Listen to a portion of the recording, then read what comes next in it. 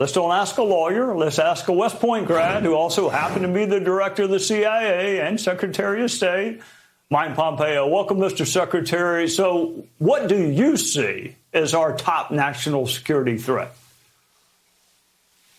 Well, Trey, it's great to be with you. Look, you identified the Chinese Communist Party as that threat. That's true.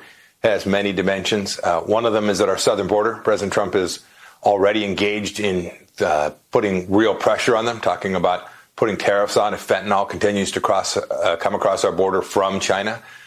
There's a lot of work to do to rebuild and restructure the strategic arm of our Navy, its capacity to deter our adversary in the Pacific. And then the Chinese Communist Party has a massive information and propaganda campaign being waged all throughout the United States, and we've got to confront that as well. I'm convinced President Trump understands this threat at a deep level and that he is building a team, including our good friend John Ratcliffe at the Central Intelligence Agency, that understands this threat and will protect the American people from it very effectively.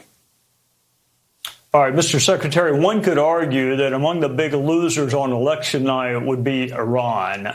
What can and should President Trump do to ease the tensions in the Middle East and kind of put Iran on notice that their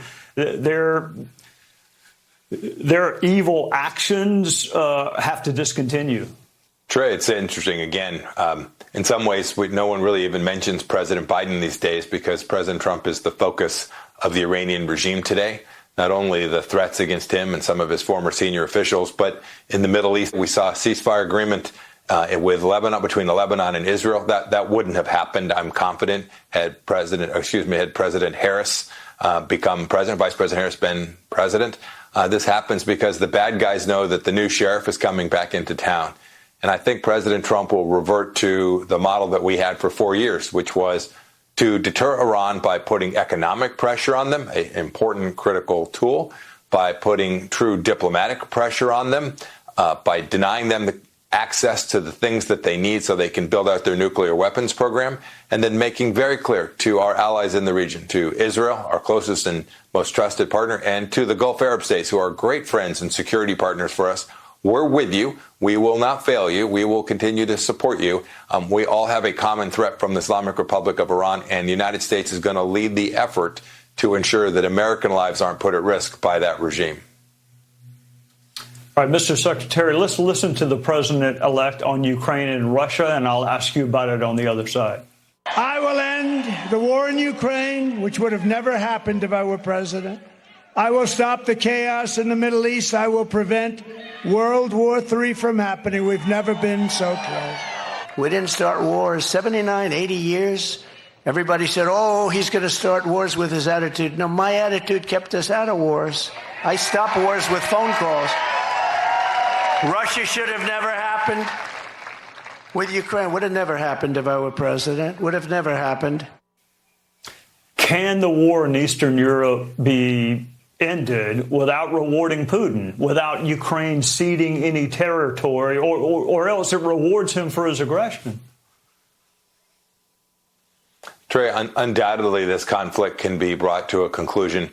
President Trump deterred Vladimir Putin for 4 years. We had a great record. He invaded, took a fifth of Ukraine under President Obama, not an inch for 4 years, and then went back at it again. When American strength is restored, good outcomes happen for good people, and that's the people of Western democracies, places like Europe, like our friends in Japan and Singapore. I am convinced that President Trump, he's now identified General Kellogg to be his envoy to Ukraine, has a theory of the case which will deliver an outcome that is just and fair, where Vladimir Putin sees that no longer will this aggression be tolerated. Will things be okay in Moscow, but not okay in Kyiv or risk in Warsaw? He'll restore the right balance. He'll demand that the Europeans do more. I'm convinced that they will because of President Trump and his leadership. And when that happens, when we put our allies out there and we support them, you can begin to deliver the very peace that the entire world is demanding and the Ukrainian people so richly deserve, given all that they have sacrificed in these last now 2.5 years. Mike Pompeo, with one of the more illustrious resumes, despite his youthful appearance, one of the more illustrious resumes in all of public service.